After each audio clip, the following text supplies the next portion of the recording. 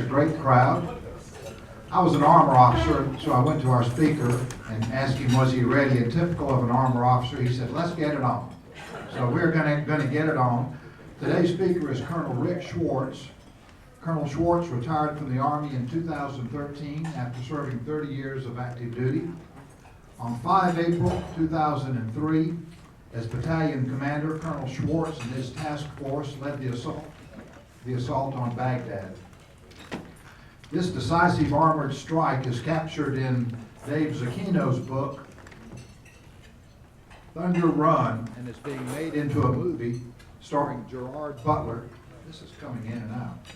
Starring Gerard Butler, Matthew McConaughey, and Sam Worthington. Colonel Schwartz will be played by Gerard Butler. Today, he will share his story. Rick? Yep.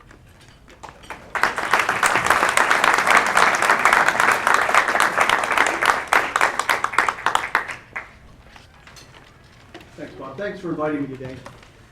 I'm going to fiddle with this microphone a little bit. It gets too clumsy. I'll walk it and do something with it. Usually when I walk into a room to give this... Oh, I'm sorry, I told you I was going to do this. All right, here we go. Usually when I walk into a room, I size up folks and I find out who the good guys are and the bad guys are, but I feel very comfortable talking in a room like this to me. We got all good guys in the room, so I hope so anyway. It's hard to believe that 35 years ago, in 1980, the America hockey team was playing Finland for the gold medal in Lake Placid. I'm sure we all remember those days. What a great team. And where do we get such men? Such an inspiring moment for all Americans. So what's going on in the world? See, the world can be a scary, confusing, and sometimes disturbing place. And it all depends on what news channel that you watch or what magazine you read. You see, the way I see it, national and international media sources, they influence the way we think, the way we act, and the way we vote. We allow them into our home every day and accept what they say. See, they entertain us at the same time they promote their agenda. They do it, and we drink the Kool-Aid. But for the next few minutes, let's just tune out all that mumbo-jumbo. Just sit back, relax, eat those delicious chocolate chip cookies, and listen to me. And when I'm done yapping, we can spend a few minutes with a question and answer period. I'm going to talk today a bit about the war in Iraq. And I have to talk off of a script today, off of my prepared notes, because this is still very personal to me. These notes keep me on track. Now, it's not important today whether you agree or you disagree with the war. I'm not here to convince you that war is just. War is a choice. War is what happens when diplomacy fails. And for 30 years, I and my family have been instruments of national power. I hate war, but I love the warrior. And I loved being a warrior. My wife Nancy and I have been married for 31 years, and our lives together have been a series of short and long deployments that always involved sleepless nights, months without hearing from each other, missed holidays, and missed birthdays. I've signed my last will and testament more times than I'd like to recall. I've written numerous goodbye letters to our children in case I didn't return. I've written my eulogy, and I've helped soldiers write their eulogy. So go ahead and hate war. I do. But sleep well, knowing that there are young men and young women out there willing to do tough things at home and in faraway places. So I'm going to talk for about 20 minutes. And I'm going to tell you 5 stories of young men doing extraordinary things in combat. I want to give you an insider's look into the hearts and minds of your military. And after that, I'm going to open it up for questions. Now, let me caveat that with 30 years in service, I only worked with men. I never led women in combat. So my notes, my words today will be men-focused. So at the conclusion of my talk, let's just agree one thing. Let's not talk politics. Now let's get it on.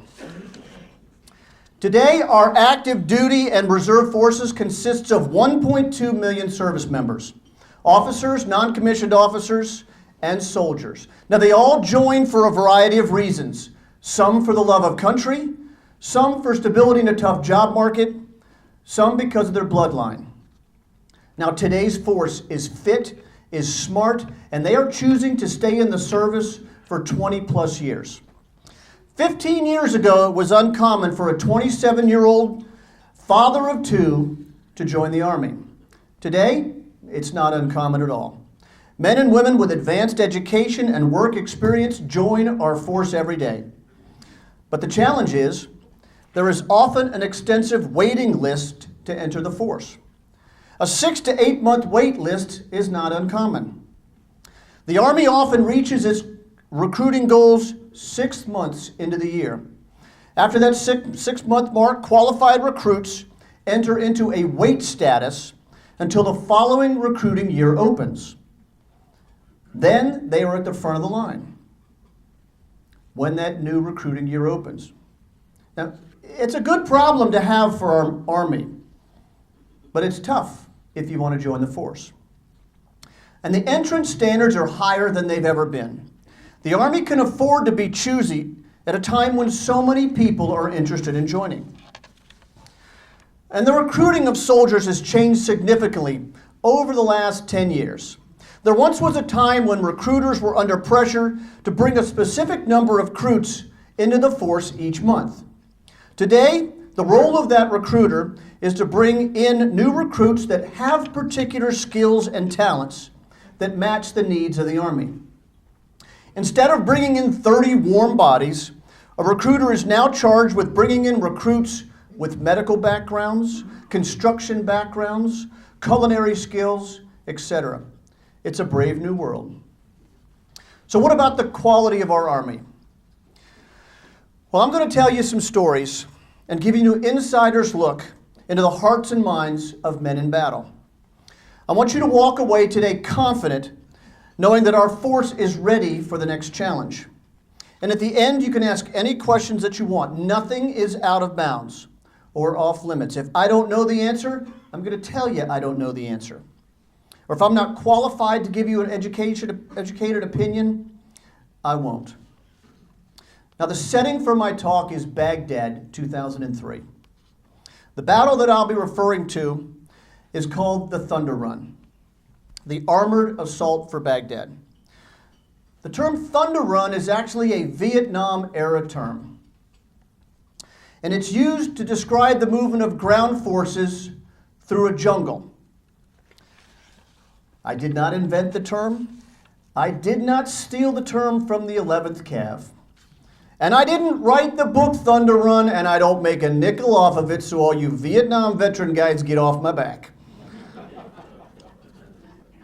But before I talk about the Battle of Baghdad, it's important that you understand about the composition of our force today. Sample a group of 18 to 23-year-old young men, and here's what you get. Only 3 out of 10 are qualified to join our force today. Let me say that another way. 7 out of 10 18 to 23-year-olds are not qualified for military service. How can that be? Well, 4 out of 7 are immediately disqualified because they lack a high school diploma. 2 out of 7 are immediately disqualified because they cannot meet the physical requirements. That doesn't mean that they're out of shape. It means that perhaps they had some sort of injury while playing high school football, a shoulder, a knee, a back. That will disqualify them. 1 out of 7 has a criminal conviction, and that prohibits military service. 3 out of 10 is a shocking data point. It's disturbing to think that during this critical time in our nation's history, a time when our nation is at war, the majority of our potential fighting force isn't eligible to serve. Well, the harsh reality of our commitment to service is that our soldiers are different. For a variety of reasons, less than 1% of American society chooses to serve in our armed forces. Our trademark is based on words that make a lot of people uncomfortable: courage, honor, integrity. Soldiers are always on their game. There is no off-duty. They don't serve for recognition or financial reward. There is something different in each one of them that drives them to serve. And today we ask more from our Army than in recent memory. Troops are expected to perform as diplomats and as warfighters at the same time. Their missions across the globe include feeding displaced villagers, conducting peaceful meetings between warring groups, building schools, repairing hospitals, patrolling streets, and providing security. But at the end of the day, they are all warfighters and expected to keep their weapons sharp. And at the same time, they're asked to perform all these tasks in an apolitical manner. They demonstrate their loyalty and their allegiance to the current leadership. Loyalty is their standard. Now, at one point in all of our careers, we've participated in an event, whether it was in peacetime or whether it was in war, that caused us to wonder, where do we get such men? There are no words to describe their personal courage, their commitment to mission accomplishment, or their dedication to their brother soldiers. Where do we get such men as Specialist Ron Davis? On the 4th of April, 2003, on the outskirts of Baghdad, I walked out of our battalion operations center, the planning center, after presenting the Baghdad attack order to our company commanders, first sergeants, and staff. See, within hours, we would deliver the decisive blow to the Iraqi regime. This attack would later be called the Thunder Run. Davis was recovering from a 3-hour battle earlier that day. We had attacked Saddam's elite fighting force. Davis was tired. He had just participated in his 5th major battle of Operation Iraqi Freedom. Our tank was limping because it had sheared a road arm or an axle, but Davis would be damned if that would keep us out of the fight. He was also shaken earlier that day when we were struck by the explosion of an Iraqi tank. I vividly remember those moments leading up to that explosion. The streets were narrow, and on occasions we confronted tanks in parking garages and down back alleys. We were in a tank-on-tank battle, and vehicles were exploding all around us. As tank ammunition cooked off, the streets became a gauntlet of rocket fire. I could feel the heat from one particular Iraqi tank as we attempted to bypass the burning hulk. I remember telling Davis to get down. It was going to pop. Moments later, it torched like a Roman candle and frisbeed into the wood line.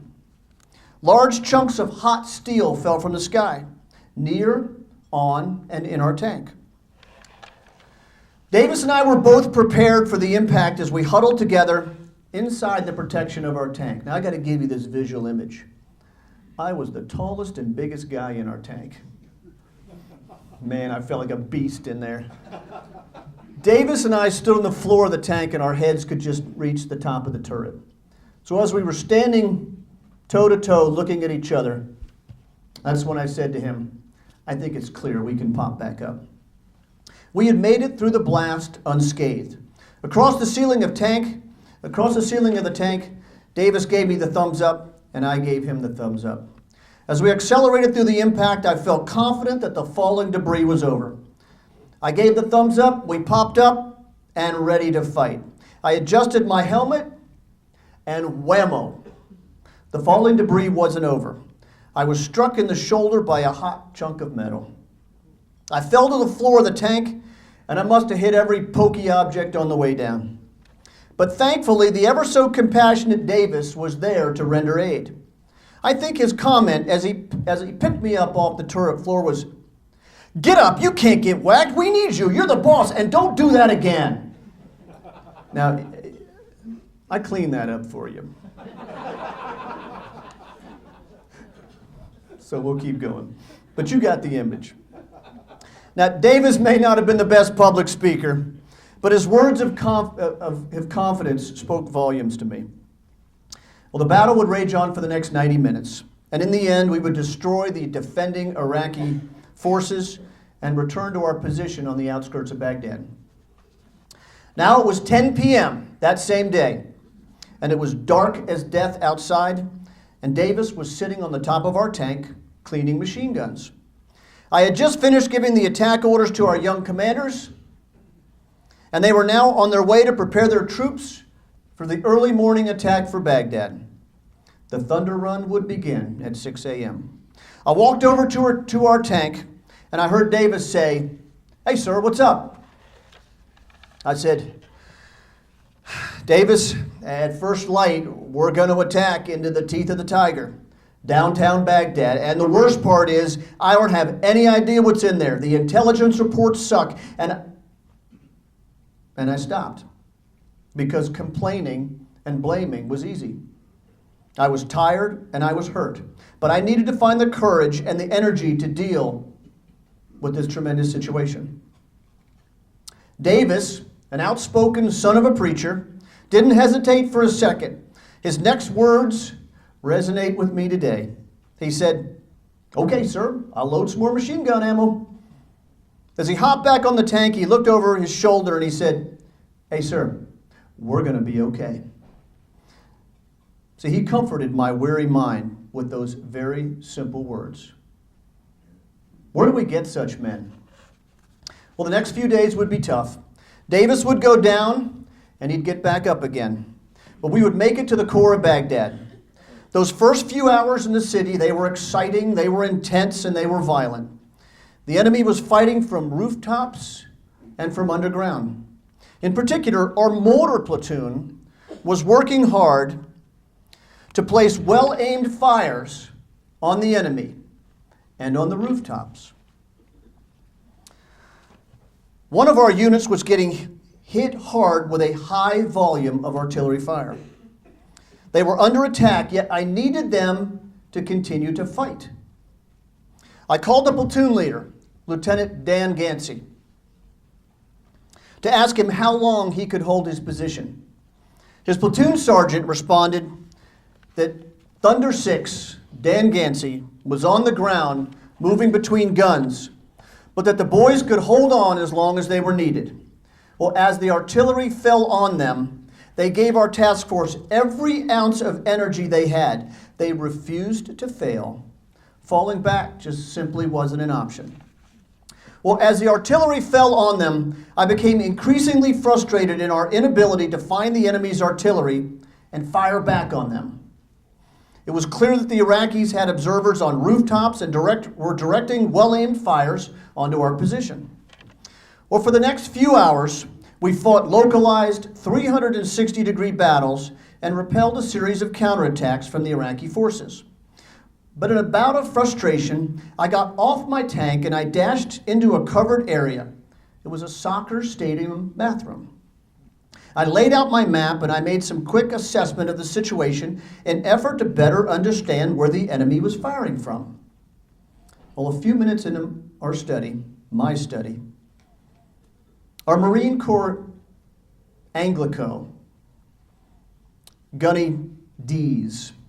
An Anglico is someone who directs Marine air fire down onto targets. So he was talking to the planes, and he was also in my task force. I had Navy in my task force, directing Navy planes and Marines. So I had a Marine Anglico.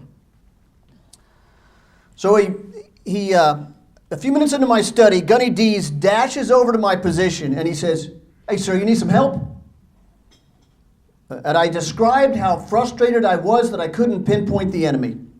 He said, "Bet I can figure out." I thought, Okay, smartass, you figured out. But I held my tongue, and he dropped his gear and he rooted around for some tools. Once set, he waited for the next round of artillery to fall. And then he darted into the line of fire. He looked like Rocky Blyer on an open field run. Well, his actions surprised me until I realized what he was doing. It was crater analysis. And I watched him as he jumped into the artillery crater, spread out a cloth, and made some calculations, and then darted back to his position. He made it back to our shelter before the next round impacted, and he ran right past me, and he proceeded to get to work with a map, a protractor, and a series of calculations. Once complete, he ran over to me, held the map up in my face, and he said, "Sir, right here. Here's where they are." It was at that moment that I realized I had no idea what he had just done. See, our Army had stopped teaching crater analysis years ago. That's Vietnam stuff. We don't need that. We'll never use that again. And now it's a lost art, all except for the Marines. I remember looking in Gunny D's eyes and not finding the words to speak. But when the words finally came, I spoke, and I said the unthinkable. I said, "Are you sure?" And he looked at me with those Marine-piercing eyes, as if I had just questioned his manhood. And he responded with, "Sir, I'm a Marine." I didn't know what that meant either, but that was good enough for me. I checked the map again, and that was an area between the Baghdad amusement park and the zoo. It was designated as an area that we were prohibited from firing into, a protected area. But once we examined the space, I was fairly confident the enemy was most likely dug in and using the protected site as a shield, which they had done many times before. And that's exactly what happened. We would soon fire on that site and silencing the enemy's guns. Where do we get such men? Men like First Lieutenant Bobby Ball. Bobby Ball was a lead platoon leader on the assault for Baghdad, not by chance, but by design. Bobby always kept his head while those around him were losing theirs. He was so much more than an Army slogan. Bobby was the real deal. He demonstrated his love for his soldiers by training them well and enforcing high standards. Battle after battle, Bobby's number was called to take the point, the brunt of the blow. He never faltered or teetered back on his heels. He recognized that his team was special, but he shied away from the praise. All great qualities that are more than the measure of a leader, they are the measure of a good man. And as discussed earlier, a movie is being made about the 2003 assault for Baghdad, and it's going to be called The Thunder Run, starring Gerard Butler, Matthew McConaughey, and Sam Worthington. While it may be based on fact, it clearly is filled with fictional events. In one scene, Bobby Ball is unable to get through a series of obstacles. Finally, his tank gets stuck attempting to find a bypass. So here I come. Actually, here comes Gerard Butler, storming up, taking the lead, saluting Bobby as he goes by, and pulling the task force into Baghdad and winning the day. Well, that never happened. The fact is, Bobby led the entire way. From the front, his tank was struck on numerous occasions, and he fought fully exposed from the hatch. Jumping to the front of the task force in the middle of a raging battle may work for Gerard Butler, but it didn't work for Rick Schwartz. The success or failure of the mission rested securely in the hands of one Lieutenant Bobby Ball. My confidence in him was never in question. And whenever anybody ever asks me to tell the story of the Thunder Run, I say, let me tell you about Bobby Ball. Where do we get such men? Men like Staff Sergeant Matthew Oliver, a young combat engineer who on the 6th of April 2003, 5 hours before the final assault for Baghdad, was in the middle of a 500-yard deep Iraqi minefield, expected to clear a path for hundreds of armored vehicles to pass through. See, during the first Thunder Run on April 5th, we penetrated the center of Baghdad and departed as quickly as we had arrived. Our mission had been to demonstrate the strength, to determine the strength and the will of the enemy and kill as many as we could. We would attack back into Baghdad 2 days later, but that would give the Iraqis enough time to reset.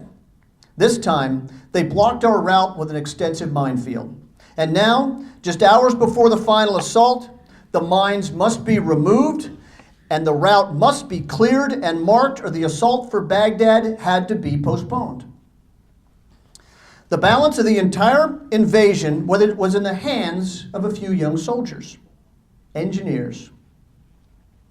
And I couldn't think of a finer group of men to shoulder that responsibility.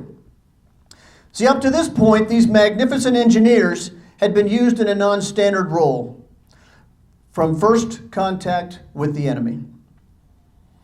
They were often the first to take fire and usually received the greatest volume of fire and the highest number of casualties.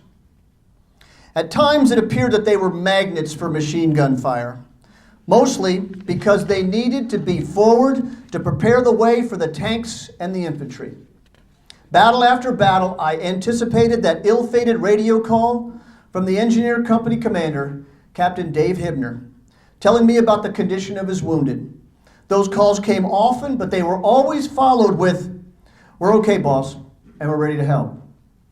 What's next mission?" See, their story is remarkable. It's beyond remarkable, it's unbelievable. Unfortunately, it'll never make it to the big screen. Those amazing men of courage, those engineers in the minefield, will be left to tell their stories in the circles of other engineers who stood in the breach. Brothers in a minefield. And now, with the balance of the war in his grasp, Matthew Oliver was running out of time. His platoon had eaten up valuable time lassoing each mine and dragging it 60 yards and checking it for an anti-handling device.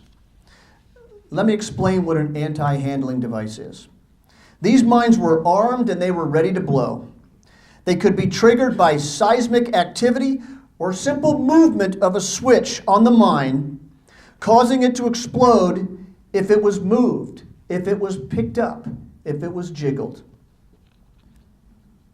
A quick way to check to see if an anti-handling device is in place is to lasso the mine, drag it, and jiggle it. If it explodes, you got your answer. One-armed mine would create a considerable pucker factor and about 30 minutes to check. Well, with 400 mines and less than 5 hours to perform the tasks, you do the math. Were we asking too much? Do you think that Staff Sergeant Matthew Oliver ever thought to walk over to me and say, "Hey, sir, we don't have enough time to do this. It's dark out here. This is dangerous work. Can't we just call it a night and do this thing first thing in the morning?" Not a chance. Matthew Oliver and his men set out to do the seemingly impossible, knowing that it would only take one mine with an activated anti-handling device to explode and grind all of their efforts to a halt. Well, as the hours ticked by, it was becoming increasingly obvious that daylight was approaching. The Iraqi military forces would return to their minefield and the fight for the minefield would begin. See, up to this point, the engineers' efforts were all under the cover of darkness and the watchful eye of my young infantrymen. Well, with less than 90 minutes before sunrise and the proposed start of the attack, the Thunder Run, the stakes got higher and the young engineers were at a critical decision point. Lieutenant Brian Shadlack, young platoon leader engineer, gave the order to stop lassoing the mines. He was in the middle of the minefield and kept precise time of the mission. The next orders that he gave his men were clear. Enter the minefield and begin picking up the mines. Without hesitation, Staff Sergeant Matthew Oliver moved forward with his men and began picking up the mines, as he later described to me, were like picking up warm apple pies. Brian Shadlack was leading his men on a mission with strategic national importance. One by one, the mines were picked up. Imagine yourself in that position. Pick it up. Go ahead. I imagine Matthew Oliver and his men could feel their heart beating in their throat. What was that voice in his head telling him? Where does that courage come from? See, bravery doesn't mean you aren't scared. It just means you go anyway. Where do we get such men? And as the sun came up, the last mines were removed, and the conditions were set for the final assault on Baghdad. And as Brian Shadlack and his young engineers departed the minefield, the Iraqi forces returned to see a well-marked lane in their minefield. And they too were met by the keen eye of the infantry. And it was a bad day to show up late for work. Where do we get such men? Men like Staff Sergeant Stefan Booker, who died firing his machine gun from the turret of his tank because the enemy was so close that all other weapon systems were rendered ineffective. Booker was a tough SOB. He was firm, fair, and he never mixed his words. He trained his soldiers to perform to their greatest potential under a variety of conditions. He had a mouth full of braces that made him look a lot younger than he was. You could easily mistake him for a fun-loving high school football player, but you'd be grossly mistaken. He was a seasoned field soldier, passionate about leading, not following, leading. His competitive streak often went beyond healthy. He didn't have a great deal of tolerance for coming in second place. His men knew that there was only one standard, the Booker standard. He knew that he was responsible for getting his soldiers home and through the darkest days of combat. Anything less than that was unacceptable. He also knew that if he fell, his men would soldier on. I can only imagine the moments after him passing, he quietly commenting, "Well done, well done." Well, these stories are just a few of the thousands that I could tell. But let me just end by stating the following.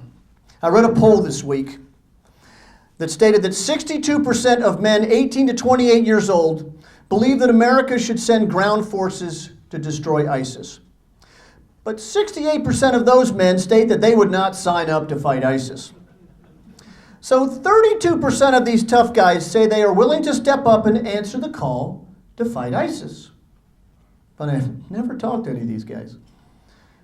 Well, I believe that 31 of these tough-talking hipsters with groomed beards and man buns, and they all talk real tough around pollsters and girls in bars.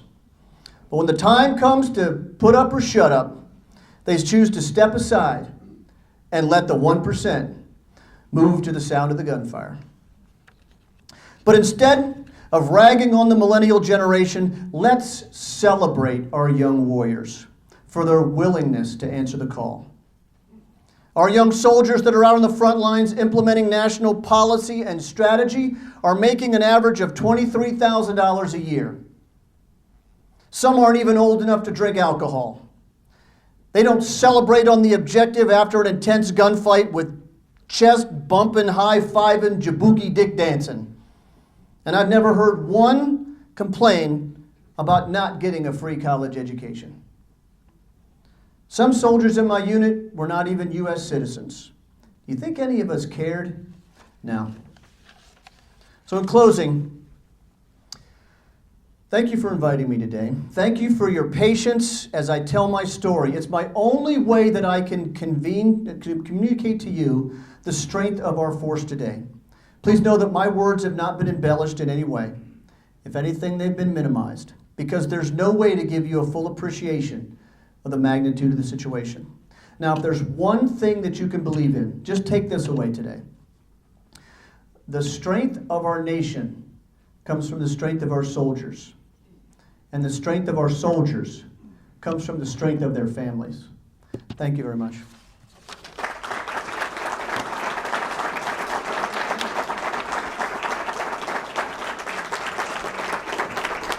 Let me take some questions. Okay. We all right?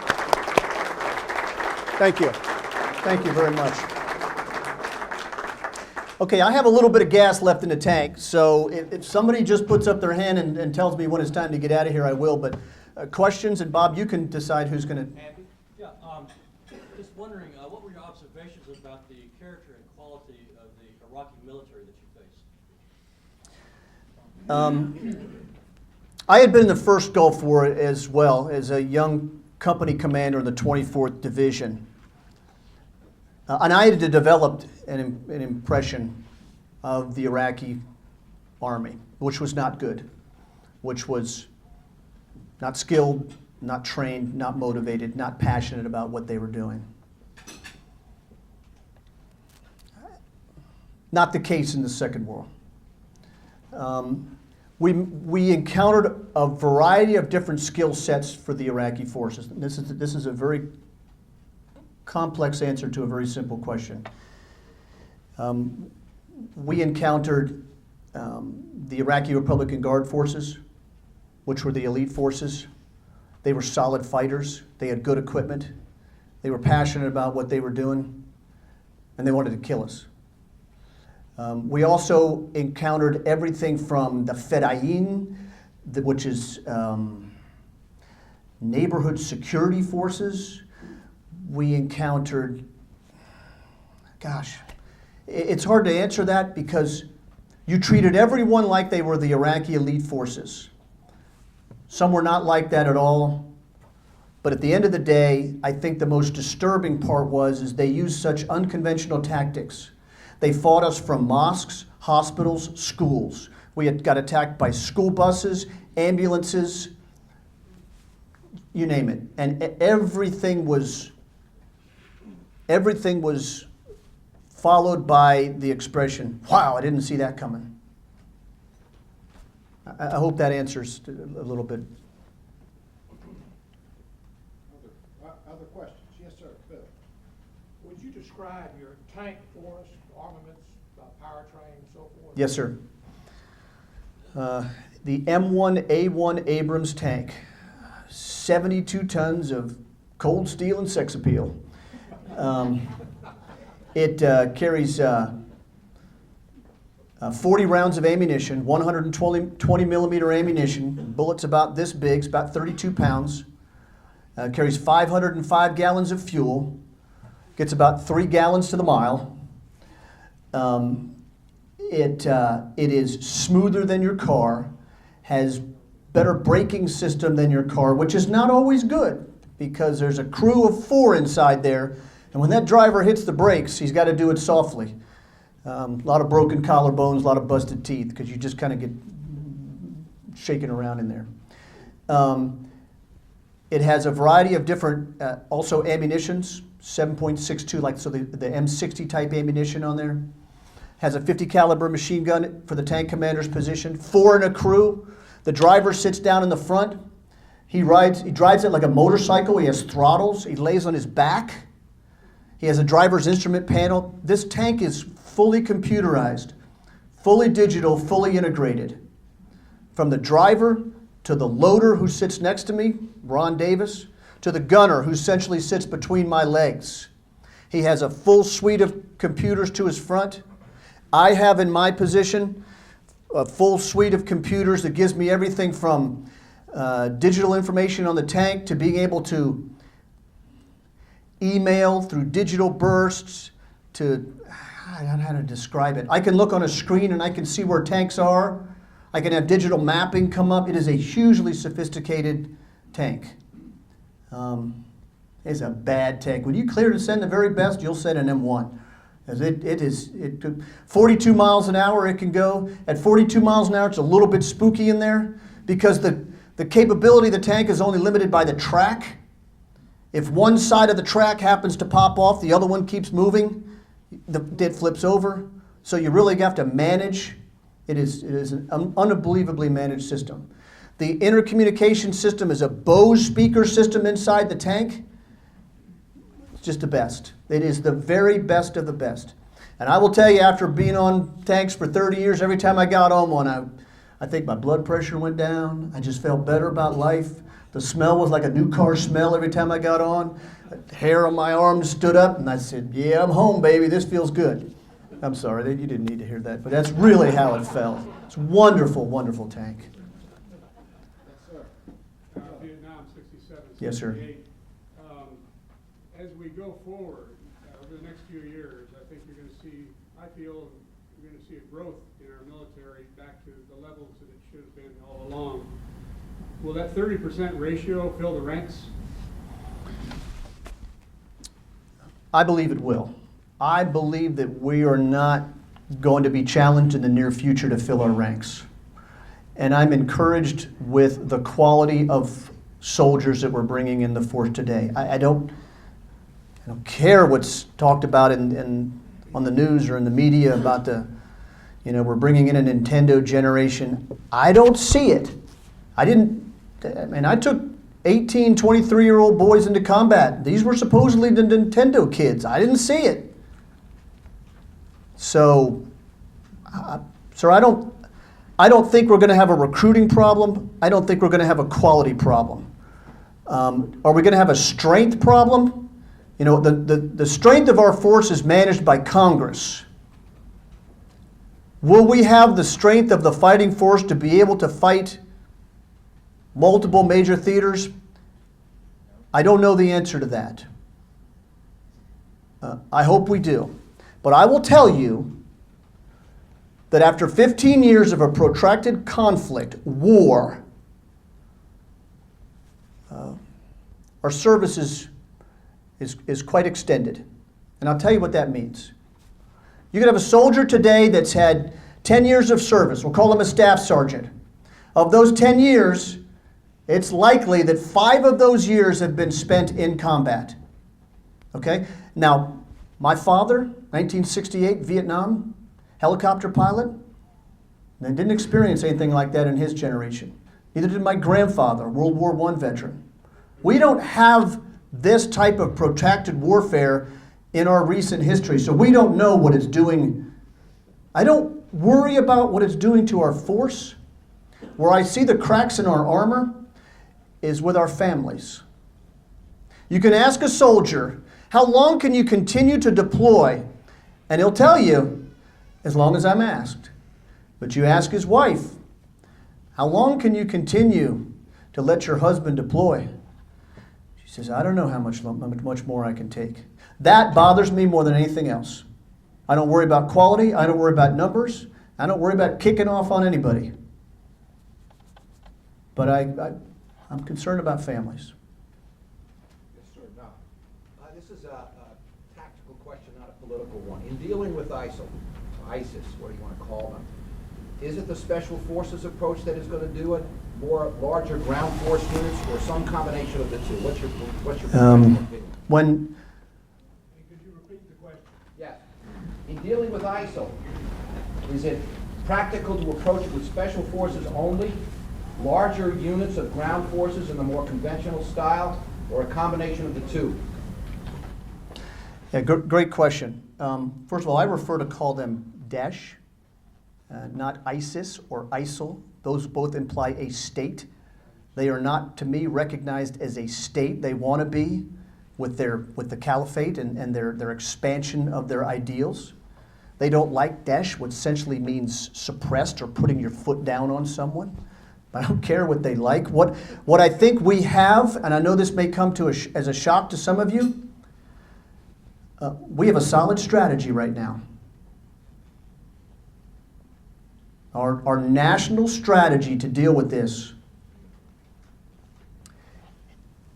is based upon 4 components of our national strategy, and it's DIME. You can think of it D-I-M-E, which is diplomatic, informational, militarily, and economic. And the most powerful approach we're taking right now is an economic approach. I know everybody in this room that's probably not fair. We love to kill ISIS, ISIL, Daesh. That's just what's in our mindset. We see them doing horrible things, and they deserve the worst that they can get.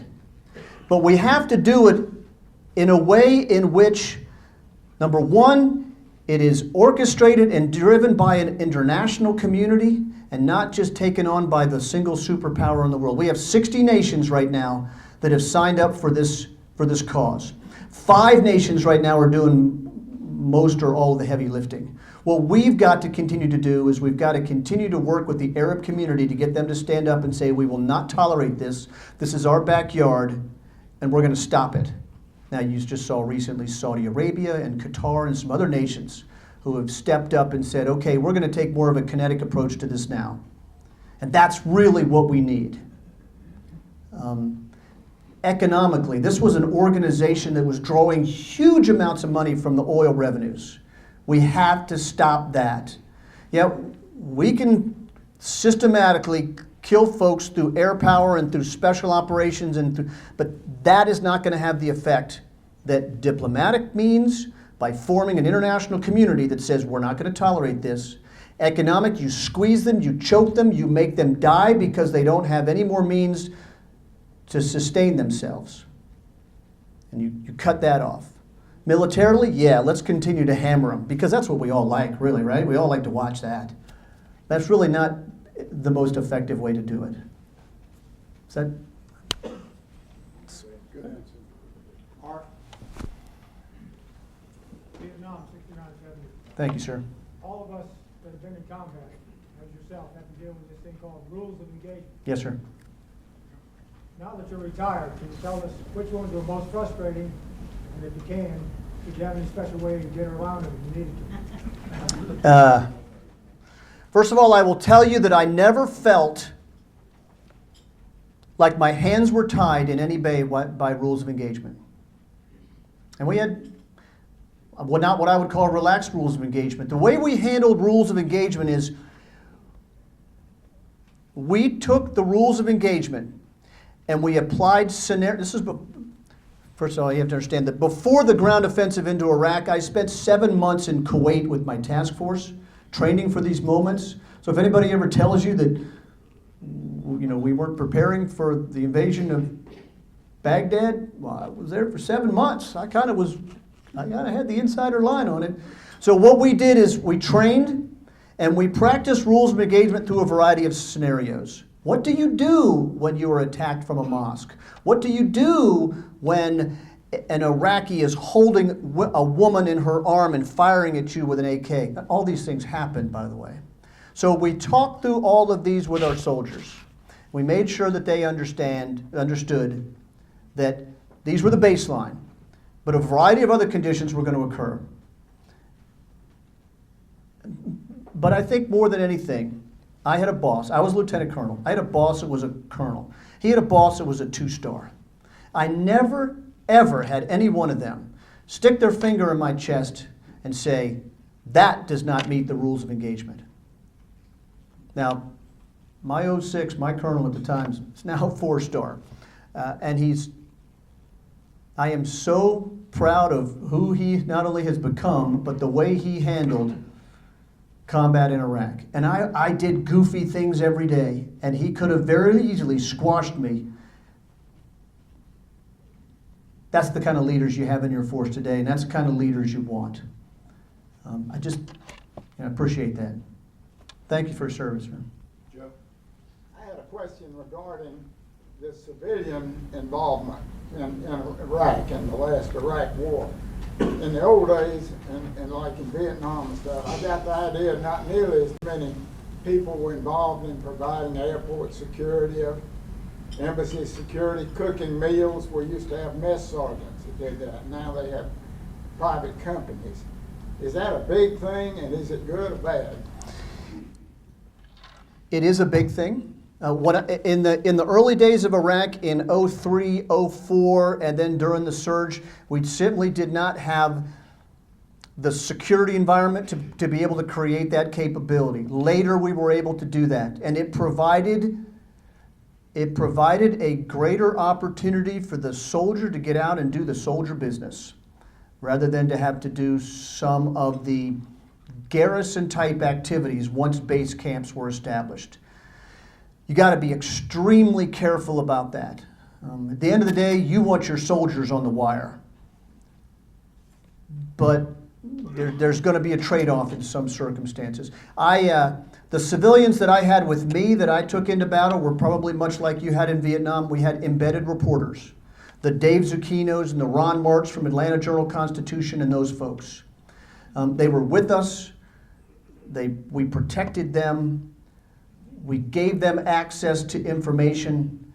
And I think the embedded reporter business, one of the things the Army did is we learned that from the Marines back in the first Gulf War. First Gulf War, as a young company commander, I didn't want to have anything to do with media.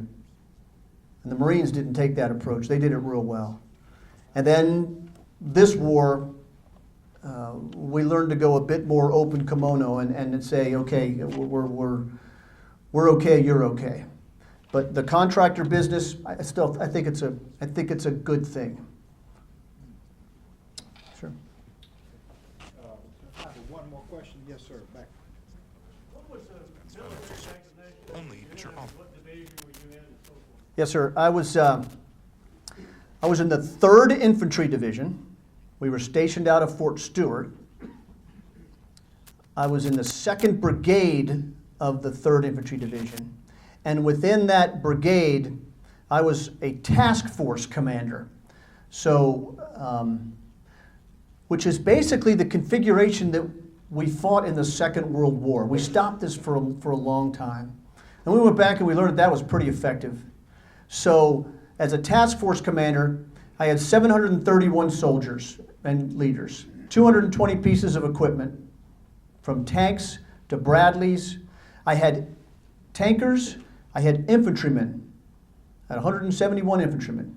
I had engineers, I had scouts, medics, mortars, mechanics, cooks. It's a full composition. Unlike the way we fought in Desert Storm, where it was a pickup team. We got to the desert, and all of a sudden, attachments started coming to you. I said, who are you? No. When we went off into Baghdad, I knew everybody. That's the way to fight. And there was one final question. William or Mike, did you? Like Yes, Iraq, sir. 04, 05, and 08, 09. When I first got in, we did a lot of CTC rotations, NTC, force on force. That's what we trained for in 03, 04. And get on the ground, we did Humvees. We go through a coin fight, and now we're going back to this heavy metal fight. But do you think, based on your experiences, that there'll be, which means tank on tank type of thing, which we didn't do during the whole 03 to 2012. Do you think there's going to be kind of a hybrid coming out of it, or recommend that's a good approach to have both a kinetic fight as well as having that integration of coin type of doctrine going forward? Exactly, and that's exactly what's happened. It's a balance. And I'll tell you why that is. As tankers, when lieutenants would come out of the basic course in 05, 06, 07, they'd go to their unit, they'd get ready to go to combat. They'd go to combat, they'd come home, they'd decompress, do a little bit of training, and then you go to combat again. So you really were only doing 3 things in the Army for the last 15 years. You were getting ready to go to combat, you were in combat, or you were coming home from combat. That's it. So we lost some key core competencies. And we recognize that we lost our abilities to really learn and fight and train on our tanks, on our weapon system, on our signal systems, and on the other stuff. So that's the balance that we're getting back to. But at the same time, we keep looking at where the next fight is. And the next fight is going to probably look more like this fight than it did in Desert Storm or prior. So it's a balance. But thanks for your question. Thanks for your service. I'll take this. Yes, sir. Say one more final thing. Yep. Rick, I just would like to say that if we had everybody in your battalion parade past here and gave each of them the assignment to give a little talk and pick out 6 men out of your unit, and the name of your talk is going to be, where do we get such men? Every single member of your battalion would have had you as one of the 6. So I'm sitting here while I'm listening to you. Where do we get such men? Where did we get Rick? So thank you for your service. Thank you for being with us. Another round of applause. Rick will be sticking around to answer any questions. And we'll have Steve Shivers up in a little while. Thank you for coming.